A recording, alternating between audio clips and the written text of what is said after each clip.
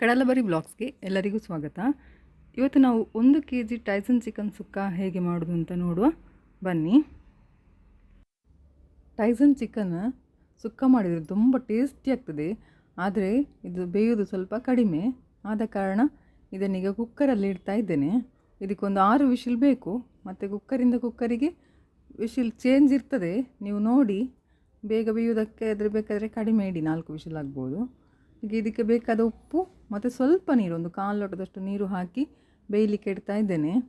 ಅಂದರೆ ಮತ್ತು ಅದು ಕೋಳಿ ನೀರು ಬಿಡ್ತದೆ, ಹಾಗಾಗಿ ಸ್ವಲ್ಪ ನೀರು ಸಾಕು. ಈಗ ಇದಕ್ಕೆ ಬೇಕಾದ ಮಸಾಲೆ ಪದಾರ್ಥಗಳನ್ನೆಲ್ಲ ಹುರಿಯುವ. ನಿಮ್ಮ ಹತ್ರ ರೆಡಿ ಇದ್ದರೆ, ಹುರಿದಿಟ್ಟದಿದ್ದರೆ ಅದನ್ನೇ ಹಾಕ್ಬೋದು, ಏನು ತೊಂದರೆ ಇಲ್ಲ. ಆದರೆ ನಾನು ಚಿಕನಿಗೆ ಸ್ವಲ್ಪ ಆಗಾಗಲೇ ಫ್ರೆಶ್ ಹುರಿದೇ ತಗೊಳ್ಳೋದು. ಬಾಯ್ಲರ್ ಕೋಳಿಗಿಂತ ಈ ಕೋಳಿಗೆ ಸ್ವಲ್ಪ ಖಾರ ಜಾಸ್ತಿ ಹಾಕಿದರೆ ಒಳ್ಳೆಯದಾಗ್ತದೆ. ಮತ್ತು ಖಾರ ಕಡಿಮೆ ತಿನ್ನುವವರು ಕಡಿಮೆ ಬೇಕಾದರೆ ಹಾಕ್ಬೋದು. ಇದರಲ್ಲಿ ಒಂದು 18 ಗಿಡ್ಡ ಮೆಣಸು ಉಂಟು, ಅಂದರೆ ಅಷ್ಟು ಅಂದಾಜು. ಇದು ಖಾರ ಸ್ವಲ್ಪ ಕಡಿಮೆ ಉಂಟು ಅಂತೇಳಿ ಸ್ವಲ್ಪ ಜಾಸ್ತಿ ಹಾಕಿದ್ದೇನೆ. ಮತ್ತು ಉದ್ದ ಮೆಣಸು 5-6. ಕಲರ್ ಜಾಸ್ತಿ ಕೆಂಪು ಕೆಂಪು ಬೇಕು ಅಂತ ಇಷ್ಟಪಡುವವರು ಸ್ವಲ್ಪ ಜಾಸ್ತಿ ಉದ್ದ ಮೆಣಸು ತಗೊಳ್ಬೋದು. ಮತ್ತೊಂದು ಸ್ವಲ್ಪ 1/4 ಚಮಚದಷ್ಟು ಮೆಂತ್ಯಕಾಳು ಮತ್ತು ಸಾಸಿವೆ 1 ಚಮಚ ಹಾಕಿ ಲೋ ಸಿಮ್ಮಲ್ಲಿ ಇಟ್ಟಿದ್ದೇನೆ.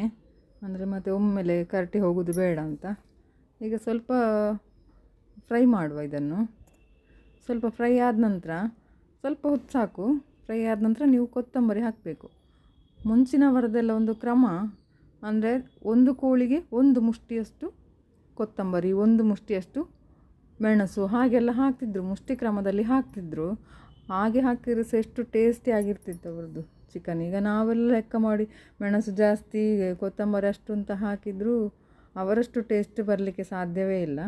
ಅವರು ಗರಂ ಮಸಾಲೆ ಅದೇ ತುಪ್ಪ ಎಲ್ಲ ಎಂಥ ಸಹ ಹಾಕದೆ ಕೂಡ ಭಾರಿ ಟೇಸ್ಟಲ್ಲಿ ಮಾಡ್ತಿದ್ರು. ಕೊತ್ತಂಬರಿ ಪರಿಮಳ ಬರುವ ತನಕ ಫ್ರೈ ಮಾಡಿ ಮತ್ತು ಸಾಕು, ಒಂದು ತಣಿಲಿಕ್ಕೆ ಇಡುವ. ಈಗ ಅದೇ ಬಾಣಲೆಗೆ ಸ್ವಲ್ಪ ಎಣ್ಣೆ ಹಾಕಿ ಇದಕ್ಕೊಂದು 7-8 ಎಸಳು ಬೆಳ್ಳುಳ್ಳಿ ಮತ್ತು ಒಂದು ದೊಡ್ಡ ನೀರುಳ್ಳಿಯದ್ದು ಅರ್ಧ ಭಾಗದಷ್ಟು ಹಾಕಿ ಫ್ರೈ ಮಾಡಬೇಕು. ಮುಂಚೆ ಎಲ್ಲ ಉಪ್ಪು ಸಹ 1 ಹಿಡಿಯಷ್ಟು ಹಾಕ್ತಿದ್ರು. ಈಗ ಕೂಡ ನೀವು ಕಲ್ಲುಪ್ಪನ್ನು ಬೇಕಾದರೆ ನೋಡಿ, ಕಲ್ಲುಪ್ಪು 1 ಹಿಡಿಯಷ್ಟು, ಒಂದು ಕೋಳಿ ತಂದರೆ ಅದಕ್ಕೆ 1 ಹಿಡಿಯಷ್ಟು ಕಲ್ಲುಪ್ಪು ಹಾಕಿದರೆ ಅದು ಕರೆಕ್ಟ್ ಆಗ್ತದೆ, ಹೆಚ್ಚು ಸಹ ಇಲ್ಲ ಕಡಿಮೆ ಸಹ ಇಲ್ಲ. ಹಾಗೆ ಇದೀಗ ನೀರುಳ್ಳಿ ಮತ್ತು ಬೆಳ್ಳುಳ್ಳಿ ಫ್ರೈ ಆಗ್ತಾ ಇರಲಿ.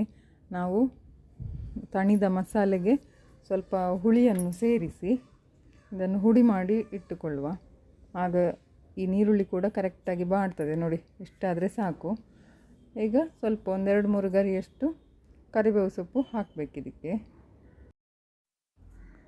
ಇದನ್ನು ಕೂಡ ಸ್ವಲ್ಪ ಹೊತ್ತು ಮಗ್ಸ್ತಾ ಇರಬೇಕು ಪರಿಮಳ ಬರುವ ತನಕ. ಇದೀಗ ನಮ್ಮ ಈ ಮಸಾಲೆ ಪದಾರ್ಥ ಸಹ ಪುಡಿ ಮಾಡಿ ರೆಡಿಯಾಗಿದೆ. ನಂತರ ಈಗ ಇದು ಬೆಳ್ಳುಳ್ಳಿ ನೀರುಳ್ಳಿ ಕೂಡ ರೆಡಿಯಾಗಿದೆ. ಇದಕ್ಕೆ 1 ಚಮಚದಷ್ಟು ಜೀರಿಗೆಯನ್ನು ಹಾಕಿ ಸ್ವಲ್ಪ ಆಚೆ ಈಚೆ ಮಗುಚಿ ಮತ್ತು ಇಳಿಸಿದರೆ ಸಾಕು. ಜೀರಿಗೆ ಜಾಸ್ತಿ ಹೊತ್ತು ಬೇಡ ಫ್ರೈ ಆಗಲಿಕ್ಕೆ, ಸ್ವಲ್ಪ ಹೊತ್ತು ಸಾಕಾಗ್ತದೆ. ಇನ್ನಿದು ತಣಿಲಿಕ್ಕೆ ಇಡುವ. ಈಗ ಒಂದು ಪಾತ್ರೆಗೆ ಬಿಸಿಲಿದ್ದರೆ ಬಿಸಿಲೇ ಸಹ ಆಗ್ಬೋದು, ಒಳ್ಳೆಯದಾಗ್ತದೆ, ಟೇಸ್ಟ್ ಒಳ್ಳೆಯದಾಗ್ತದೆ. ಅಥವಾ ಬೇರೆ ಯಾವುದರಲ್ಲಿ ಮಾಡ್ತೀರ ಅದರಲ್ಲಿ ಸ್ವಲ್ಪ ಎಣ್ಣೆ ಇಟ್ಟು ಅದಕ್ಕೆ ಒಂದು ದೊಡ್ಡ ನೀರುಳ್ಳಿ ಮತ್ತು ಒಂದು ಟೊಮೆಟೊ ಹಾಕಿ ಸ್ವಲ್ಪ ಫ್ರೈ ಮಾಡಿ. ತುಂಬ ಹೊತ್ತು ಬೇಕು ಅಂತೆಲ್ಲ, ಸ್ವಲ್ಪ ಹೊತ್ತು ಸಾಕು. ಮತ್ತು ಇದ್ದರೆ ಈಗಲೇ ಕೊತ್ತಂಬರಿ ಸೊಪ್ಪು ಹಾಕಿ, ಚಿಕನ್ದು ಟೇಸ್ಟ್ ಒಳ್ಳೆಯದಾಗ್ತದೆ. ನೀವು ಸೇಮ್ ಇದೇ ಮಸಾಲವನ್ನು ಗರಂ ಮಸಾಲೆ ಎಲ್ಲ ಹಾಕದೆ ಒಮ್ಮೆ ಮಾಡಿ ನೋಡಿ ಹೇಗೆ ಆಗ್ತದೆ ಅಂತ ಗೊತ್ತಾಗ್ತದೆ ನಿಮಗೆ, ಟೇಸ್ಟ್ ಚೇಂಜೇ ಬರ್ತದೆ. ಮತ್ತು ಈಗ ನಾನು ಡ್ರೈ ಪುಡಿ ಮಾಡಿದಲ್ಲ, ಅದರ ಬದಲು ನೀರು ಹಾಕಿ ಕಡಿದ್ರೆ ಸಹ ಟೇಸ್ಟ್ ಚೇಂಜ್ ಬರ್ತದೆ. ನಿಮಗೆ ಯಾವಾಗಲೂ ಒಂದೇ ಥರ ತಿಂದು ಚೇಂಜ್ ಬೇಕು ಅಂತ ಇದ್ದರೆ ನೀವು ಹೀಗೆ ಒಮ್ಮೆ ಟ್ರೈ ಮಾಡಿ ನೋಡಿ. ಬೇರೆ ಬೇರೆ ಒಮ್ಮೆ ಗರಂ ಮಸಾಲೆ ಹಾಕಿ ಇನ್ನೊಮ್ಮೆ ನೀರು ಹಾಕಿ ಅದನ್ನು ಅರ್ಧ ಎಲ್ಲ ನೋಡಿ, ಅದು ಟೇಸ್ಟ್ ಚೇಂಜ್ ಬರ್ತದೆ ಸೇಮ್ ಮಸಾಲೆ ಮಾಡಿದರೂ ಕೂಡ. ಈಗ ಇದು ಇಷ್ಟು ಫ್ರೈ ಆದರೆ ಸಾಕು, ಸ್ವಲ್ಪ ಹೊತ್ತು ಎಣ್ಣೆಯಲ್ಲಿ ಫ್ರೈ ಆದರೆ ಸಾಕು. ಈಗ ಇದು ನೋಡಿ, ಈ ಚಿಕನ್ ಕೂಡ ಚೆನ್ನಾಗಿ ಬೆಂದಿದೆ. ಇದರ ನೀರನ್ನು ಬಿಸಾಡೋದು ಬೇಡ, ಚಿಕನ್ ಬೆಂದದ್ದು ಇದು ಕೂಡ ಹಾಕಿ ಎಲ್ಲ ಟೇಸ್ಟ್ ಅದರಲ್ಲೇ ಉಂಟು, ಉಪ್ಪೆಲ್ಲ ಮತ್ತು ಚಿಕನಿದು ನೀರಲ್ವ ಅದು, ಇದನ್ನೆಲ್ಲ ಒಟ್ಟಿಗೆ ಹಾಕಿ, ಮತ್ತು ಅದು ಮಣ್ಣಿದು ಪಾತ್ರೆಯಲ್ಲಿ ಬೇಗ ಡ್ರೈ ಆಗ್ತದೆ, ತುಂಬ ಹೊತ್ತು ಬೇಕು ಅಂತೇಳಿಲ್ಲ. ಇದನ್ನು ಹಾಕಿ ಒಮ್ಮೆ ಮಿಕ್ಸ್ ಮಾಡಿ ಮತ್ತು ಮುಚ್ಚಿಟ್ಟು ಒಂದು ಕುದಿ ಬರುವ ತನಕ ಇಡುವ. ಅದು ಬೇಗ ಬರ್ತದೆ, ಅಂದರೆ ಬಿಸಿ ಉಂಟಲ್ಲ ಇದು, ಚಿಕನ್ ಕೂಡ ಬೆಂದು ಬಿಸಿ ಇರ್ತದಲ್ಲ, ಹಾಗಾಗಿ ತುಂಬ ಹೊತ್ತೇನು ಬೇಕು ಅಂತಿಲ್ಲ. ಸ್ವಲ್ಪ ಒಂದು 2 ನಿಮಿಷದಲ್ಲಿ ಕುದಿ ಬರಲಿಕ್ಕೆ ಸ್ಟಾರ್ಟ್ ಆಗ್ತದೆ. ಹಾಗೆ ಸ್ಟಾರ್ಟ್ ಆದ ನಂತರ ಮತ್ತು ನಮ್ಮದು ಈ ಮಸಾಲೆಯನ್ನು ಸೇರಿಸಿದರೆ ಆಯಿತು. ಈಗ ಮುಚ್ಚಿಡುವ ನಾವು. ನೋಡಿ ಕುದೀತಾ ಇದೆ. ಈಗ ಇದಕ್ಕೆ ಫಸ್ಟಿಗೆ ಪುಡಿ ಮಾಡಿಟ್ಟುಕೊಂಡಂಥ ಮಸಾಲೆ ಪದಾರ್ಥವನ್ನು ಹಾಕಬೇಕು. ಹಾಕಿ ಫುಲ್ ಒಮ್ಮೆ ಮಿಕ್ಸ್ ಮಾಡಬೇಕು ಚೆನ್ನಾಗಿ. ಅಂದರೆ ಎಲ್ಲ ಚಿಕನ್ ಆಲ್ರೆಡಿ ಬೆಂದಿದೆ, ಅದರ ತುಂಡೆಲ್ಲ ಎಳೀಲಿ ಅಂತ ಈ ಮಸಾಲೆಯನ್ನು. ಉಪ್ಪೆಲ್ಲ ಫಸ್ಟಿಗೆ ಹಾಕಿದ್ದೇವೆ, ಹಾಗಾಗಿ ಉಪ್ಪೆಲ್ಲ ಚೆಂದ ಮಾಡಿ ಎಳೆದುಕೊಂಡಿರ್ತದೆ. ನಾನೀಗ ಮಸಾಲೆಯನ್ನು ಕೂಡ ಫುಲ್ಲೊಮ್ಮೆ ಮಿಕ್ಸ್ ಮಾಡಿ ಒಂದು ಕುದಿ ಬರಲಿಕ್ಕೆ ಇಡ್ತೇನೆ, ಆಗ ಚೆಂದ ಮಸಾಲೆ ಕೂಡ ಎಳೀತದೆ ಈ ಚಿಕನ್ ಪೀಸಿಗೆ. ನಂತರ ನಾವು ಇದನ್ನು ಮುಚ್ಚಿಟ್ಟು ಈ ಬೆಳ್ಳುಳ್ಳಿ ನೀರುಳ್ಳಿ ಎಲ್ಲ ಫ್ರೈ ಮಾಡಿಟ್ಟದನ್ನು ಪುಡಿ ಮಾಡಿ ತರುವ. ಅದು ಜಾಸ್ತಿ ಪುಡಿ ಮಾಡೋದು ಅಂದರೆ ಆಗೋದು ಸಹ ಇಲ್ಲ, ಅಂದರೆ ಮಿಕ್ಸಿಯಲ್ಲಿ ಸ್ವಲ್ಪ ಇರೋದಲ್ಲ, ಅದು ಜಾಸ್ತಿ ಪುಡಿ ಆಗೋದಿಲ್ಲ. ನೋಡಿ ಇಷ್ಟೇ ಆಗೋದು, ಅರಿವ ಕಲ್ಲಿದ್ದರೆ ಜಾಸ್ತಿ ಪುಡಿ ಆಗ್ತದೆ. ಈಗ ಅದೇ ಮಸಾಲೆಗೆ ನೀವು ಸ್ವಲ್ಪ ತೆಂಗಿನಕಾಯಿ ಫ್ರೈ ಮಾಡಿ ತಗೊಂಡ್ರೆ ಒಳ್ಳೆಯದಾಗ್ತದೆ. ಮತ್ತು ಸ್ವಲ್ಪ ಅರಿಶಿನ ಹಾಕಿ ಒಂದು ಸುತ್ತು ತಿರುಗಿಸಿ. ನೋಡಿ ನೀವು ನೋಡಿರುವಿರಿ ಈಗ ವಿಡಿಯೋದಲ್ಲಿ, ಜಾಸ್ತಿ ಹೊತ್ತು ಬೇಡ, ಸ್ವಲ್ಪ ತಿರುಗಿಸಿದರೆ ಸಾಕು.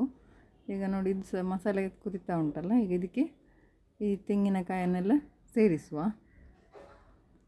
ಸೇರಿಸಿ ಮತ್ತು ಅದು ಡ್ರೈ ಆಗೋ ತನಕ ನೀವು ಕೈ ಆಡಿಸ್ತಾ ಇರಬೇಕು. ಆದರೆ ತೆಂಗಿನಕಾಯಿ ಎಲ್ಲ ಸೇರಿಸಿದ ನಂತರ ನೀವೊಮ್ಮೆ ಚಿಕನಿಗೆ ಉಪ್ಪು ಸರಿಯಾಗಿದೆ ಇಲ್ವ ಅಂತ ನೋಡಿಕೊಳ್ಳಿ. ಸ್ವಲ್ಪ ಕಡಿಮೆ ಏನಾದರೂ ಇದ್ದರೆ ಸ್ವಲ್ಪ ಹಾಕಿ. ಅದೇ ಹಿಂದಿನವರು ಒಂದು ಮುಷ್ಟಿ ಪ್ರಕಾರ ಹಾಕ್ತಿದ್ದರಲ್ಲ, ಆಗ ಏನು ಹೆಚ್ಚು ಕಡಿಮೆ ಆಗೋದಿಲ್ಲ.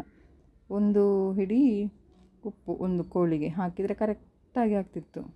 ಕಲ್ಲುಪ್ಪು, ಅದು ಹುಡಿ ಉಪ್ಪಲ್ಲ, ಕಲ್ಲುಪ್ಪು. ಈಗ ನೋಡಿ ಇದನ್ನು ಒಮ್ಮೆ ಫುಲ್ಲು ಮಿಕ್ಸ್ ಮಾಡುವ.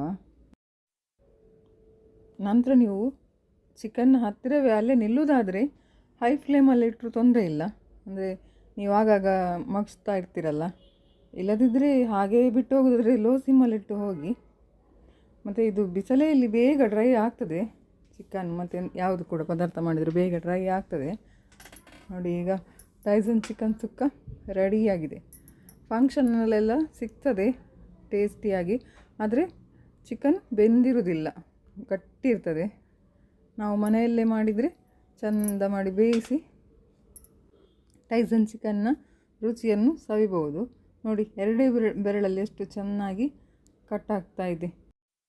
ನೀವು ಒಮ್ಮೆ ಮನೆಯಲ್ಲಿ ಹೀಗೆ ಮಾಡಿ ನೋಡಿ. ಇಷ್ಟೊತ್ತು ಕಡಲಬರೆ ವೀಕ್ಷಿಸಿದ ಎಲ್ಲರಿಗೂ ಧನ್ಯವಾದಗಳು. ಸಬ್ಸ್ಕ್ರೈಬ್ ಮಾಡಿ, ಶೇರ್ ಮಾಡಿ, ಲೈಕ್ ಮಾಡಿ, ಕಮೆಂಟ್ ಮಾಡಿ. Thank you.